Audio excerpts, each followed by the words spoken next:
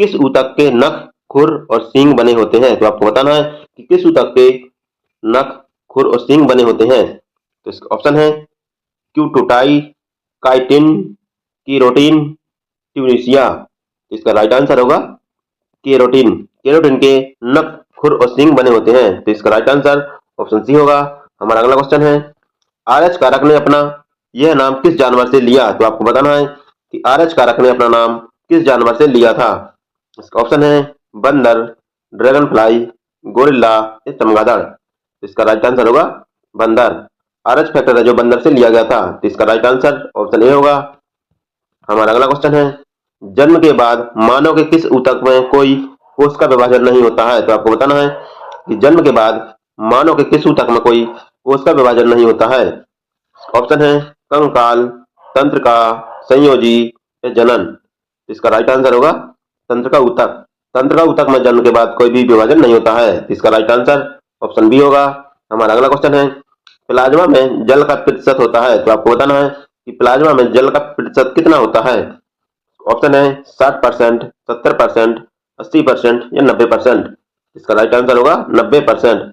Plasma में जल का प्रतिशत 90% होता है। तो इसका राइट आंसर ऑप्शन डी होगा। हमारा अगला क्वेश्चन है, रक्त एक प्रकार का है। तो आपको बताना है कि रक्त एक प्रकार का क्या है। इसका ऑप्शन है उपकला ऊतक, पेशी ऊतक, तंत्रिका ऊतक या संयोजी ऊतक। इसका राइट आंसर होगा संयोजी ऊतक। रक्त एक प्रकार का संयोजी ऊतक है। इसका राइट आंसर ऑप्शन डी होगा। हमारा अगला क्वेश्चन है, उपस्थिति निम्नलिखित में से किस में नहीं पाया जाता है। तो आपको बताना है किस में उपस्थिति नहीं पाई जाती है। ऑप्शन है कंठ, नासिका, कान या मूत्राशय। तो इसका राइट आंसर होगा मूत्राशय। मूत्राशय में उपस्थिति नहीं पाई जाती है। तो इसका राइट आंसर ऑप्शन डी होगा।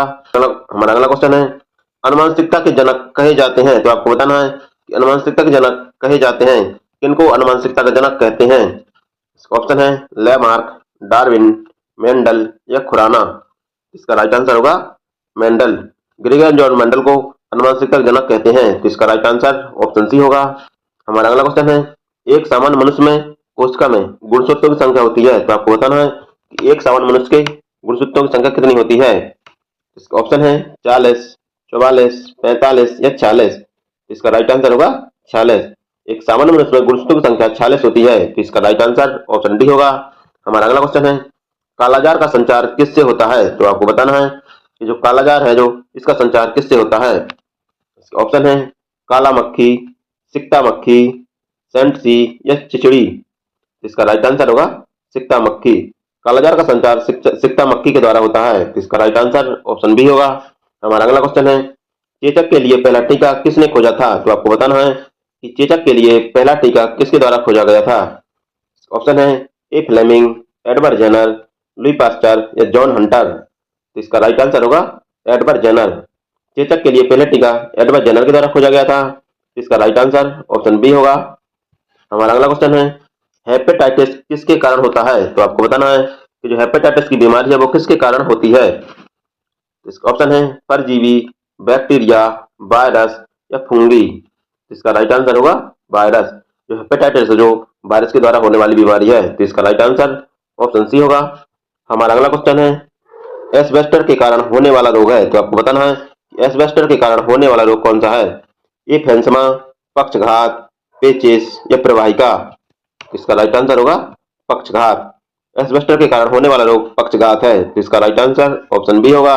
हमारा अगला क्वेश्चन है, कौन सी बीमारी सामान्यतः मच्छरों द्वारा फैलती है। तो आपको बताना है कि कौन सी बीमारी है जो सामान्यतः मच्छरों के द्वारा फैलती है। ऑप्शन है गठिया, पीलिया, छोटी माता या मलेरिया। इसका राइट आंसर होगा मलेरिया। मलेरिया है जो मच्छरों के द्वारा होने वाली बीमारी है। तो इसका राइट आंसर ऑप्शन डी होगा। हमारा अगला क्वेश्चन है, निम्नलिखित में से कौन सा स्कर्वी रोग के इलाज का उपयोगी है। तो आपको बताना है कि स्कर्वी रोग के इलाज के लिए कौन सा उपयोगी है। ऑप्शन है आम, पपीता, आंवला या बेर। इसका राइट आंसर होगा आंवला। स्कर्वी रोग के इलाज के लिए आंवला उपयोगी होता है। इसका राइट आंसर ऑप्शन सी होगा। और आंवले में विटामिन सी पाया जाता है। हमारा अगला क्वेश्चन है, बीएमडी परीक्षण किया जाता है पहचान करने के लिए। तो आपको बताना है कि बीएमडी परीक्षण के द्वारा किसकी पहचान की जाती है। ऑप्शन है डेंगू, मलेरिया, एस्टियोपोसिस या एड्स। तो इसका राइट आंसर होगा एस्टियोपोरिसस। एस्टियोपोरिसस का पहचान की जाती है बीएमडी परीक्षण करके। तो इसका राइट आंसर ऑप्शन सी होगा।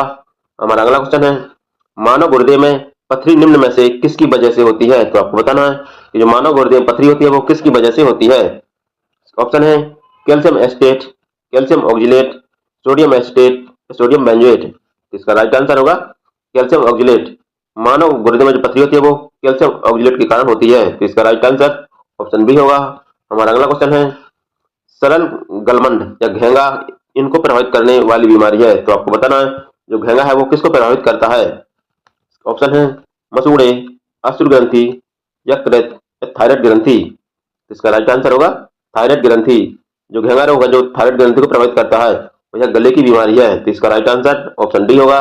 हमारा अगला क्वेश्चन है, निम्नलिखित में से कौन सा एक कवकीय रोग है? तो आपको बताना है कि कौन सा रोग है जो कवक के द्वारा होने वाला रोग है। इसके ऑप्शन है धवल रोग, एक्जिमा, दाद या हाथी पांव।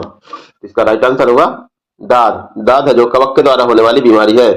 इसका राइट आंसर ऑप्शन सी होगा। हमारा अगला क्वेश्चन है, काली मौत किसे कहते हैं? तो आपको बताना है कि काली मौत किसे कहते हैं। ऑप्शन है कैंसर, प्लेग, एड्स या मलेरिया। इसका राइट आंसर होगा प्लेग।